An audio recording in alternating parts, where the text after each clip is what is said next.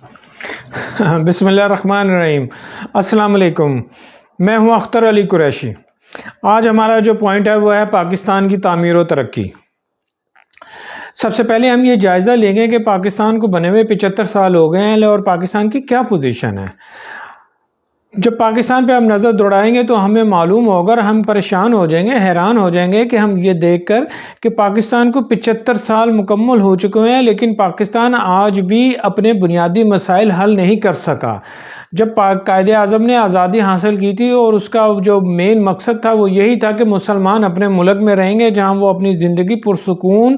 طریقے سے گزارتے ہوئے ترقی کرتے ہوئے آگے بڑھیں گے اور دنیا کی جو دوسری قوموں ہیں ان میں اپنا نام پیدا کریں گے اور ایک باعزت قوم بن کر زندگی گزاریں گے۔ لیکن افسوس کی بات یہ ہے کہ قائد اعظم کے یہ تمام کاوشیں جو تھیں قائد اعظم کے وفات کے بعد ہی وہ ساری چیزیں ختم ہو گئی تھی۔ آج پاکستان اتنے طویل عرصے بعد بھی بنیادی مسئلے حل نہیں کر سکا۔ فور ایگزامپل، پاکستان جب مارز وجود میں آیا تو پاکستان ایک زرعی ملک قرار پر آیا کیونکہ یہاں پہ زراعت زیادہ تھی۔ چونکہ غریب ملک تھا تو اس لیے صنعت تو ترقی نہیں کر سکتی تھی، لہٰذا یہ زرعی ملک تھا۔ لیکن افسوس کی بات یہ ہے کہ آج 75 سال گزرنے کے باوجود ہم زرعی ملک ہیں لیکن ہم زراعت میں خود کفیل نہیں ہیں۔ ہمیں عام طور پر گندم، چاول اور گنا اور دیگر چیزیں جو ہیں کپاس وغیرہ امپورٹ کرنی پڑتی ہیں۔ پہلے ہمارے پاس اکثر ہوا یہ کرتا تھا کہ ہماری یہ چیزیں ایکسپورٹ بھی ہوتی تھیں، لیکن ملکوں کی اور حکومتوں کی ناقص پالیسی کی وجہ سے آج ہماری یہ پوزیشن ہے کہ آج ہمارے ملک میں آبادی تو تیزی سے بڑھ رہی ہے لیکن گندم کی پیداوار، چاول کی پیداوار، کپاس کی اور دوسری جو خرد و نوش کی جو اشیاء ہیں وہ ہماری اتنی پیداوار نہیں ہے کہ ہم اپنے ملک کی ضرورت پوری کر سکیں۔ یہی وجہ ہے کہ ہمیں اکثر یہ چیزیں امپورٹ کرنی پڑتی ہیں۔ اسی طرح پاکستان جو ہے وہ ہیلتھ کیئر جو ہماری جو بنیادی ضرورت ہے کہ پاکستان میں ہسپتالوں کا ایک جال ہونا چاہیے تھا یا ہیلتھ انشورنس ہونی چاہیے تھی یا ہیلتھ کے ہسپتال ہونے چاہیے تھے، سب لوگوں کو بنیادی صحت کی جو ضروریات تھی وہ ملنی چاہیے تھی، وہ ہم مکمل طور پہ اس میں ناکام نظر آئے ہیں۔ ایک دو حکومتوں نے آ کے ہیلتھ کارڈ بنانے کی کوشش کی ہے لیکن اس کو جلد ہی دوسری حکومتوں نے آ کے اس کو ریکیپ کر دیا جس سے وہ تمام اسکیمیں، تمام پیسے ضائع ہو گئے ہیں۔ آج پاکستان کے ہر تحصیل میں، شہر میں سرکاری ہاسپٹل موجود ہیں، بڑے شہروں میں بڑے ہاسپٹل موجود ہیں لیکن وہاں کی کرپشن، کنبہ پروری کی وجہ سے وہاں ہیلتھ کیئر کی اعلیٰ فیسلٹیز اویلیبل نہیں ہیں اور اس کے ساتھ ساتھ پیرالل پرائیویٹ میڈیکل کی سہولتیں بڑی اعلیٰ ہیں۔ زیادہ تر لوگ پرائیویٹ علاج کروانا پسند کرتے ہیں چونکہ سرکاری ہاسپٹل میں جانے کے بعد ہی بندے کو فوری طور پہ اپنی موت سے جا ملنا ہوتا ہے کیونکہ وہاں کی جو ہیلتھ کیئر کی سہولتیں اور ڈاکٹروں کا اور پیرامیڈیکل سٹاف کا جو سروسز ہیں وہ قابل تعریف نہیں ہے۔ کرپشن پاکستان میں عروج پر ہے، لہٰذا ہسپتالوں کی کرپشن اور ڈاکٹروں کی غفلت اور سستی جو ہے وہ اپنے عروج پر ہے۔ اسی طرح جو پاکستان کا تیسرا بنیادی مسئلہ تھا وہ تھا تعلیم۔ پاکستان میں میٹرک تک تعلیم عام کرنے کا چرچا مشہور ہے لیکن دیکھا جائے تو سرکاری اسکول، کالج، یونیورسٹیوں کی تعداد انتہائی ناقص ہے، کم ہے اور وہاں کا معیار بہت گرا ہوا ہے اور پھر ساتھ ہی ساتھ پرائیویٹ لوگوں کو اسکول، کالج بنانے اور یونیورسٹیاں بنانے کی اجازت دی گئی جس کی وجہ سے زیادہ تر بچے جو ہیں پرائیویٹ اسکولوں اور کالجوں میں پڑھتے ہیں، وہاں بہت زیادہ فیسیں دینی پڑتی ہیں، جبکہ جو سرکاری اسکول اور کالج اور یونیورسٹیاں ہیں وہاں پہ فنڈز کی کمی اور پسماندگی اور غربت صاف نظر آتی ہے۔ یہی وجہ ہے کہ پاکستان اپنے بنیادی مسئلے تعلیم، صحت اور خوراک کا آج تک حل نہیں کر سکا۔ البتہ پاکستان نے 2-3 چیزوں میں بڑی اہم ترقی حاصل کیا، وہ ہے سب سے پہلی تو جس کا ذکر کرنا بہت ہی اہم ہے وہ ہے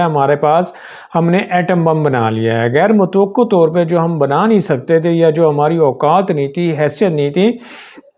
پاکستان کے سابق وزیر اعظم ذوالفقار علی بھٹو نے اپنے شوق اور پیشن کے باعث پاکستان کو ایٹمی طاقت سے جو ہتھیرا بنا دیا۔ یہ ایک بہت بڑے اعزاز کی بات ہے۔ ایٹم بم بنانا بہت ہی مشکل اور بڑا ہی کٹھن اور بڑا ہی مہنگا اور بڑا ہی مشکل کام ہے۔ آج ہم نے ایٹم بم بنا لیا ہوا ہے اور اس کے اوپر ہمارے کروڑوں ڈالر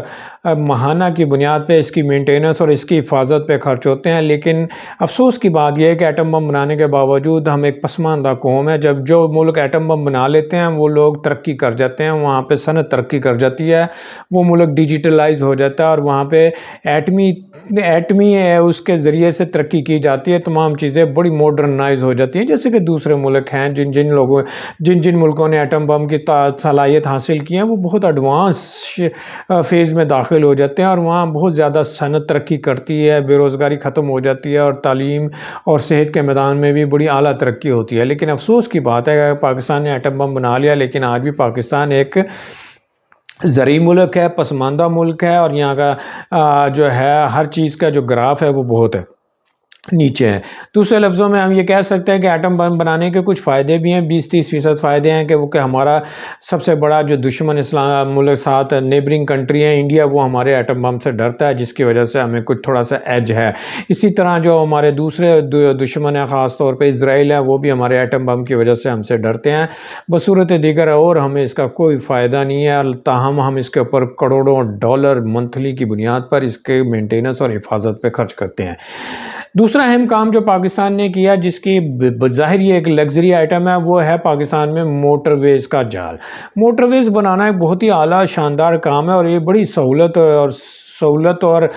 ترقی کی ضامن ہے، لیکن موٹر وے عام طور پہ ترقی یافتہ ملکوں میں بنائی جاتی ہیں، ترقی پذیر یا پسماندہ ملک موٹر وے افورڈ نہیں کرتا۔ لیکن حیرانگی کی بات ہے کہ پاکستان نے جیسے ایٹم بم بنا کے حیران کر دیا تھا کہ ایک غریب ملک ایٹم بم بنا چکا ہے، اسی طرح پاکستان نے ایک غریب ملک بن کے موٹر ویز کا ایک جال بچھا دیا پورے پاکستان میں، جو کہ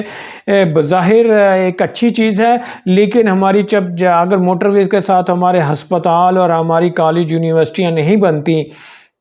اور پاکستان سے بے روزگاری ختم نہیں ہوتی، جہالت ختم نہیں ہوتی، تو یہ موٹر وے اور ایٹم بم جو ہے یہ ہمارے لیے تکلیف دہ ہیں، کیونکہ جو یہ چیزیں ایڈوانس ملک، امیر ملکوں کا شاہانہ ہوتی ہیں، غریب ملک میں تو یہ سوچی بھی نہیں جا سکتی۔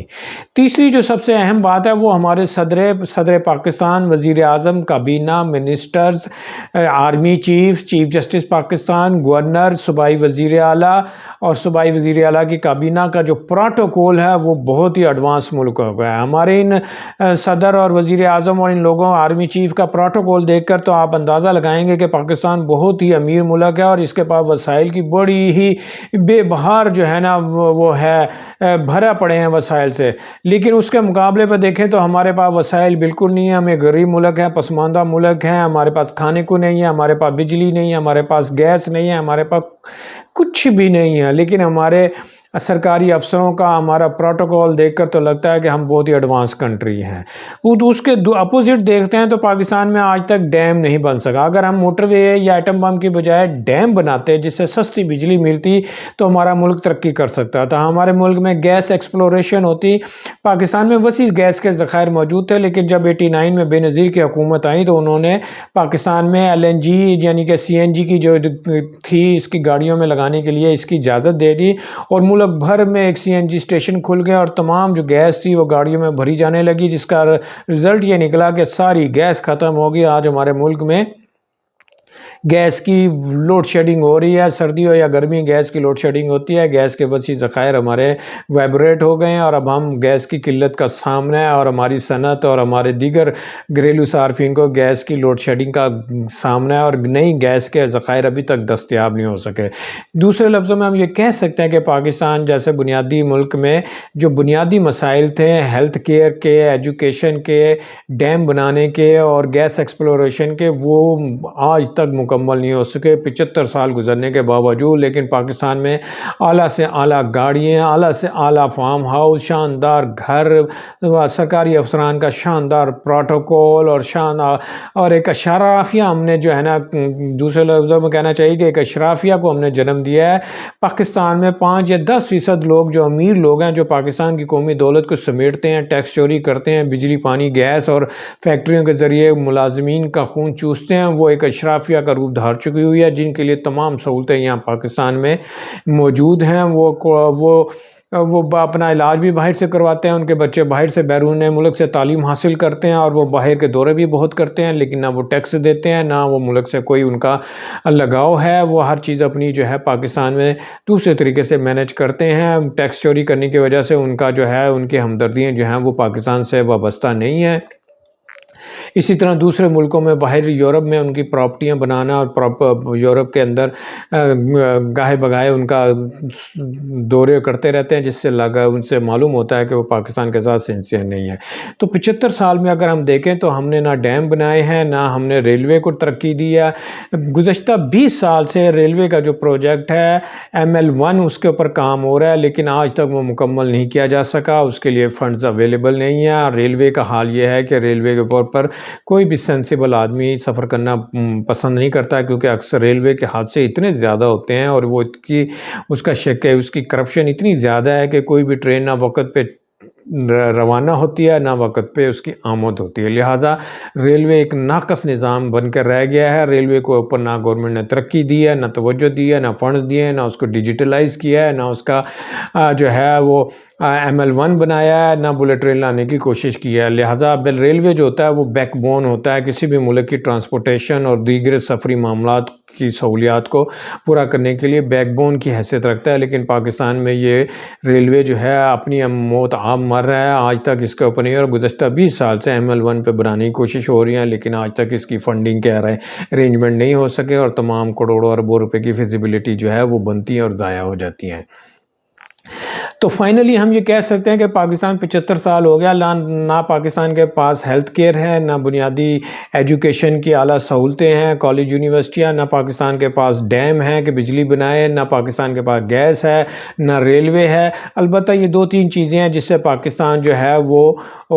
کی شناخت کی جا سکتی ہے۔ پاکستان کے پاس ایٹم بم ہے، پاکستان کے پاس موٹر وے ہے، اور پاکستان کے سرکاری افسروں کا جو پروٹوکول ہے، یہ چیزیں نمایاں ہیں۔ باقی پورا ملک قرضوں میں ڈوبا ہوا ہے، مہنگائی میں تو پس رہا ہے، غربت میں پس رہا ہے، مہنگائی کا طوفان ہے، ہر معاملے میں دیکھا جائے تو کرپشن ہے، کوئی بھی کام سیدھا نہیں جا رہا۔ مسلمان ملک ہیں لیکن کوئی بھی چیز ہمیں خالص نہیں مل سکتی، کوئی بھی چیز پیمانہ تولنے کا صحیح نہیں ہے، کہیں پہ بھی ہمیں جو ہے کرائم ریٹ اتنا ہائی ہے کہ ہم یہ نہیں کہہ سکتے کہ پاکستان پرسکون ہے، یہاں پہ ہر ایک کی عزت، آبرو اور مال و دولت کی حفاظت ہے۔ کچھ نہیں ہے سوائے اس کے کہ پاکستان میں شرمندگی، غربت، تنگ دست اور بے بسی، لاچاری ہیں۔ ایک شعبہ جس نے بڑی ترقی کی ہے وہ پاکستان میں میڈیا تھا۔ پہلے پاکستان میں صرف نیوز پیپر ہوا کرتے تھے اور ایک PTV ہوا کرتا تھا، پھر ترقی کر کے ہم نے بہت سارے چینل بنا لیے اور بہت سارے اخبارات اور جرائد آ گئے، لیکن اب میڈیا بھی ہمارا اتنا کرپٹ ہو گیا ہے کہ وہ عام پیسے کی بنیاد پہ جو ہے نا، جو چاہے جو سیاستدان ہیں وہ میڈیا کو خرید لیتے ہیں اور جھوٹی خبریں اور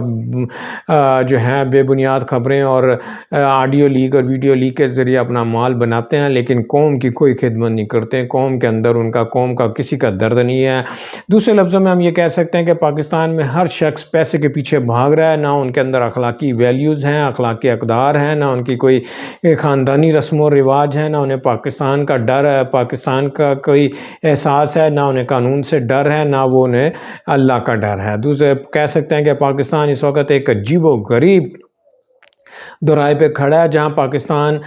لا الہ الا کے نام پہ بننے والا ملک ہے اور اللہ سے کوئی نہیں ڈرتا، اور سارے لوگ گناہ اور کرپشن اور برائی میں مصروف ہیں، اخلاقیات ہمارے دیوالیہ نکل چکا ہوا ہے، ملک ویسے بھی ڈیفالٹ کے قریب جا چکا ہوا ہے، آپ فورن ریزرو ختم ہو چکے ہوئے ہیں، ڈیم بنا نہیں سکے ہیں، گیس کی ایکسپلوریشن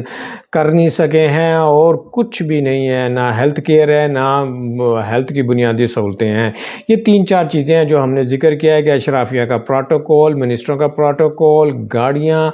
امیروں کے لیے گاڑیاں، امیروں کا نظام ہے، ٹیکس وہ دیتے نہیں ہیں، اور ایٹم بم اور موٹر وے، یہ سارا خلاصہ ہے پاکستان کا۔ اس کے علاوہ ہمارے پاس کچھ نہیں ہے پاکستان میں۔ غربت، بے بسی، لاچاری، چوری، ملاوٹ، یہ چیزیں عام ہیں۔ تو 75 سالوں کے بعد عام طور پہ کوئی بھی غریب کنٹری جب اس کی عمر 75 سال ہو جاتی ہے تو وہ کوئی نہ کوئی بنیادی مسئلے حل کر لیتا ہے، وہاں پہ بے روزگاری ختم ہو جاتی ہے، غربت کسی حد تک کم ہو جاتی ہے، لٹریسی ریٹ بڑھ جاتا ہے، اور ملک جو ہے وہ ڈسپلن ہو کر ڈیجیٹلائز ہونے لگتا ہے، اور ملک کی زراعت ترقی کرتی ہے۔ زرعی ملک ہونے کے باوجود ہم زراعت میں ترقی نہیں کر سکے، زراعت کے بعد ہم اپنے ملک کو انڈسٹریل اس میں کنورٹ نہیں کر سکے، ڈیجیٹلائزیشن نہیں کر سکے، کمپیوٹرائزیشن نہیں کر سکے، تعلیم کا ریٹ ہائی نہیں کر سکے۔ آج بھی ہمارے ملک میں ہر وبا پھیلتی ہے، بیماریاں ہیں، کرپشن، اور سب سے بڑھ کر جس نے سب سے زیادہ ترقی کی ہے وہ ہے کرپشن۔ افسوس کی بات یہ ہے کہ پاکستان کے جتنے بھی لیڈر آئے کسی نے بھی کرپشن کے خلاف کوئی آپریشن نہیں کیا، کوئی مہم نہیں چلائی، بلکہ خود کرپشن میں ملوث پائے گئے ہیں۔ جتنے بھی آج تک وزیر اعظم اور منسٹر بنے ہیں پاکستان میں، ہر منسٹر تقریباً 99% منسٹر کرپشن کرتے ہوئے پائے گئے ہیں، لیکن ان کو ہماری جوڈیشری اتنی کمپرومائز ہو گیا ہے کہ کرپشن پاکستان میں اتنی ہو رہی ہے، لاقانونیت ہے، کرائم ریٹ ہے، لیکن جوڈیشری کا بھی برا حال ہے، جوڈیشری کے اندر بھی کرپشن ہے، جوڈیشری بھی اس قابل نہیں ہے کہ وہ ان چوروں اور قانون توڑنے والوں کا محاسبہ کر سکے۔ پاکستان میں نہ انصاف ملتا ہے، نہ خالص کوئی چیز ملتی ہے، نہ سکون ملتا ہے، بس یہ تمام یہ چیزیں ملتی ہیں۔ 75 سال گزرنے کے باوجود پاکستان آج جو ہے دیکھا جائے تو ایک پسماندہ، غریب اور ایک کرپٹ ملک ہے۔ اللہ تعالیٰ پاکستان پر رحم کرے اور پاکستان کے سیاستدانوں کو وزڈم دے، کوئی شعور دے اور ان کو غیرت دے کہ یہ پاکستان کے اوپر کام کریں اور پاکستان کے بنیادی مسئلے حل کریں۔ پاکستان کے لیے دعائیں کیجیے گا، اپنا خیال رکھیے گا۔ Thank you.